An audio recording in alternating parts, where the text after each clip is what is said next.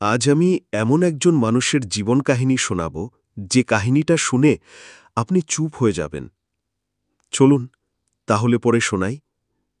সে পরিচয়টা গোপন রাখতে বলেছে, তাই গোপন রাখছি। আমি এই কাহিনীটা আপনাকে লিখে পাঠাচ্ছি, কারণ আমি জানি আমার কথা কেউ শোনে না। আর আপনি বলেছেন জীবনের সত্যি গল্প বলুন, তাই বলছি, যেমনটা ছিল তেমনটাই। আমার ছোটবেলা খুব বেশি মনে নেই, শুধু এটুকু মনে আছে, মা বলতো আমি যখন জন্মাই তখন বাবার হাতে কোনো টাকা ছিল না।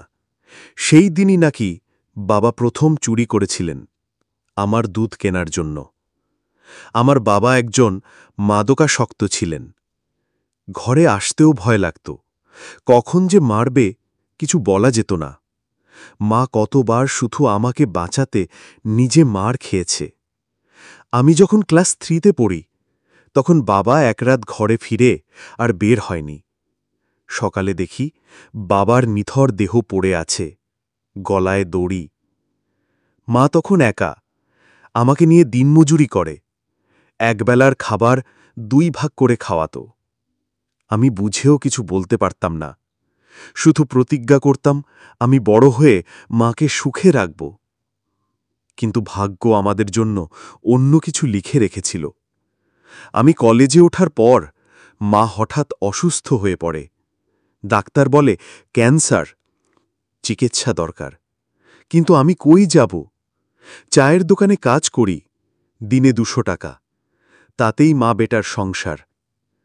চেষ্টা করেছিলাম ভাই, অনেক চেষ্টা করেছিলাম। মানুষের পায়ে পায়ে ঘুরেছি, সবার সামনে হাত পেতেছি। শেষ পর্যন্ত কিছু টাকায় মায়ের অপারেশন হয়েছিল, কিন্তু শরীর আর সহ্য করেনি। আমি তখন কলেজে, মাঝ রাস্তায় দাঁড়িয়ে খালি চোখে দেখেছি আমার মা চলে যাচ্ছে। সেদিন প্রথম বুঝেছিলাম একা মানে কি। আজ আমি বেঁচে আছি ঠিকই, কিন্তু ভিতরে আমি প্রতিদিন মরে যাই, কারণ আমি যাকে সবকিছু দিতে চেয়েছিলাম তাকে কিছুই দিতে পারিনি। আমি এখন একজন গার্মেন্টস শ্রমিক। ছুটি পাই না, ক্লান্তি আসে না, কারণ ভিতরে ক্লান্তি বাসা বেঁধে আছে বহু আগে। এই কাহিনী আমি কাউকে বলি না, কিন্তু আপনার ভিডিওতে যখন মানুষের গল্প দেখি তখন নিজেকে মনে পড়ে। ভেবেছিলাম একবার লিখে ফেলি, হয়তো কেউ শুনবে, হয়তো কেউ অনুভব করবে কতটা নিঃসঙ্গ একটা জীবনও মানুষ হতে পারে।